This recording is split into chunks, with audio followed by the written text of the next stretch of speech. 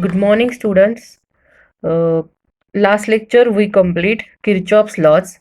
Next point we have to cover network theorems. Okay, a network is a combination of components such as resistance interconnected in any way. Okay, we know the network means what? Network means a combination of components as a resistor, voltage supply, or any other combination, okay, interconnected in any way. Network theorems provide, therefore, what are the network theorems? The network theorems provide shorter methods of solving the circuit. So you have to solve the circuit. For that, the network theorems are used.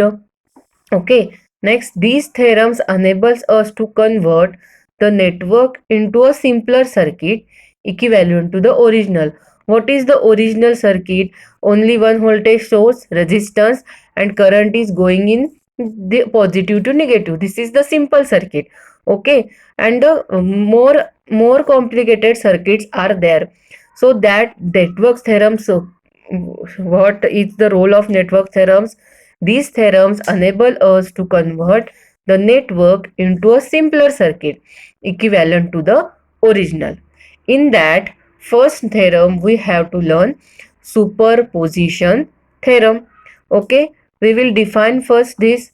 In a network containing two or more sources, the resultant current or voltage in any branch is the algebraic sum of effects that would be produced by each source acting alone. All other sources of EMF being replaced meanwhile by their respective internal resistance. Okay, so what is this theorem? In a network containing two or more sources, in this diagram we see this is one source, this is the other source. Okay, the resultant current or voltage means output result current or voltage in any branch. These are the branches 1 2. Okay, is the algebraic sum of effects that would be produced by each source acting alone. Means what?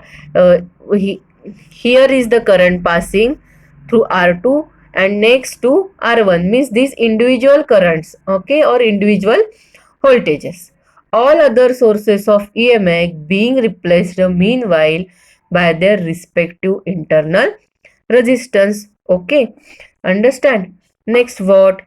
To apply superposition theorem, all components must be linear and bilateral. Okay, here what?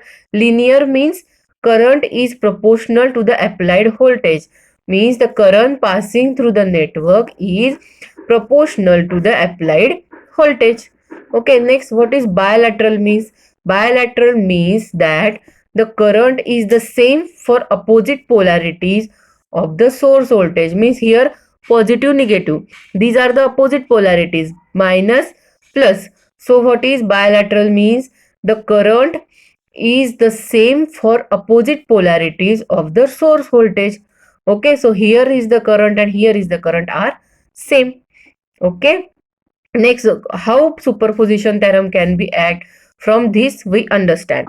In the following figure, find AB, this A and this B. These are the terminals using superposition theorem. How to find voltage between this A and B? Okay, let's learn. Short circuit V2. Okay, short circuit V2 as shown in the figure. Okay, what is that figure? Okay, this is, here is a voltage supply V, R2, R1, and the next voltage supply is shorted. Okay, in the next figure is what? First source voltage is shorted and next is calculated. Okay, the next is what? So okay, R1 gets grounded, therefore R1 gets grounded. Okay, this is not, therefore this going to ground. Therefore R2 and R1 from a series voltage divider for a whole source V1. Therefore this circuit is what? series R1 and R2. Therefore, VR1 equal to VAB. Okay. Therefore, VR1 is what? R1 divided by R1 plus R2. In this, we have to find this voltage. Okay. VR1. R1 divided by R1 plus R2 into V1. This is the V. Okay. So, we put the values and we get 6 volt for VR1. Okay. Next, we have to find VR2. To find the effect of V2 alone, short circuit V1 means this can be short. First we have to short this, next we have to short this as shown in the figure. Therefore R1 and R2 from a series voltage divisor. But now what is VR2 is equal to VAB. Therefore VR2 how? R2 divided by R1 plus R2 into V2. So V2 is minus 3. So we get the answer minus 1.8. According to superposition theorem, what VAB is equal to all the effects VR1, VR2. So we get the total effect or total voltage. Understand? This is the superposition theorem. Okay. Next is what? Next theorem is Thevenin's theorem. Okay.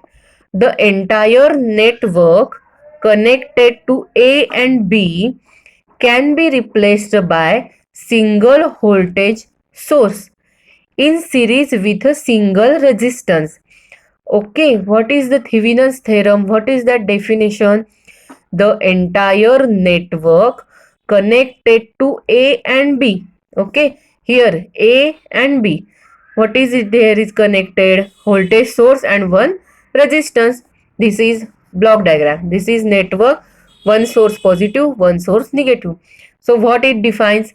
The entire network connected to A and B can be replaced by single voltage source VTH in series with a single resistance RTH.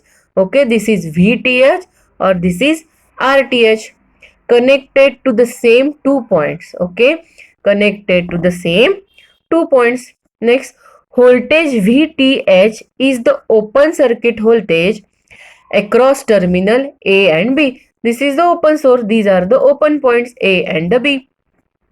Resistance RTH is the open circuit resistance across terminals A and B. Also the same, but with all the sources killed means short circuited, but other sources are short circuited. Okay, got it. Next is what? The advantage of Thevenin's theorem is that the effect of different values of RL can be calculated easily. Means if you connect here the load resistance, the value of that can be calculated easily. Instead of superposition theorem, opening terminals A and B of the for the Thevenin's equivalent simplifies the circuit. So here we open this and then we get the Thevenin's theorem. So this is the simple circuit. Okay. Then there are only series voltage divider without any parallel current paths. So the current is passing through this way. Okay. Next. Then there are only series voltage divider without any parallel path. To use Thevenin's theorem, follow the steps given below. To solve the problem using Thevenin's theorem, what are the steps? First, assume that RL is disconnected, means no load current, load resistance. The two open ends then become terminals A and B. So these are the two open ends. Find VTH, that is the open circuit voltage across terminals AB. Short circuit the voltage source and find RH, means short circuit this and find RH, that is the open circuit resistance across terminals A and B. Next step is what? Reconnect RL in the Thevenin's equivalent circuit. Find the required quantities. Okay, we have to solve this problem using the Thevenin's theorem. Let's discuss. Using Thevenin's theorem, find the voltage across 5 kilo ohm resistor and calculates its current. Using Thevenin's theorem, find the voltage across the 5 kilo resistance. Here's the 5 kilo resistance. This is the RL. Calculate its current. Draw the Thevenin's equivalent circuit. Okay. For the first step, assume that RL is disconnected. Okay. This is disconnected, means this is the open.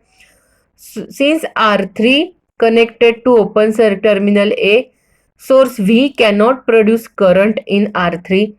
Therefore, R3 has no IR drop.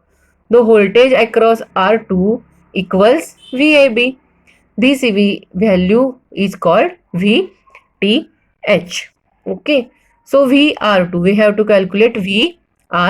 R2 divided by R1 plus R2 into V. V is 12 volt. So we get the VTH. Okay. VAB equal to VTH. Then what? Short circuit the voltage source, find RH. To find RTH.